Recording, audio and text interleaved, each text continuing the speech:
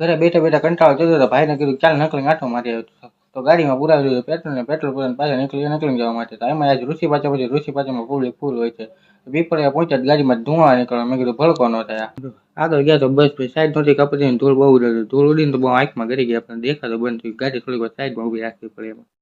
નકલીને પહોંચ્યા ટ્રાફિક ફૂલ હતું. અડધી કલાક થઈ ગયા મારે ટ્રાફિકમાં. એમાં તડકો ત્રાસ આપતો હતો. પછી કંટાળીને અમે ગાડી સાઈડમાં પાર્ક કરી દીધી. ચાલતી નીકળી ગયા. પછી દરિયા કિનારે તો પહોંચી ગયા. ત્યાં પણ દર્શન કરવા જવાય એમ હતું નહીં. દર્શન કરવા જશું તો પછી પાછા નહીં આવી કે એટલે પછી દરિયાની આજુબાજુમાં રખડતા કોકને ચંપલ ત્રણા હતા. પછી ચંપલ દેખાઈ ગયા. પછી ઓલા બેન વાહે દોડે ચંપલ લેવા માટે.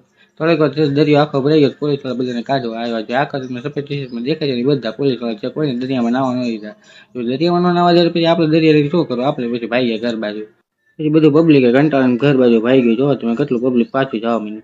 બહાર ધાણુમાનું મંદિર હતું. મંદિરે કરી લીધા દર્શન કરીને પાછા બહાર નીકળ્યા રસ્તામાં. તો રસ્તામાં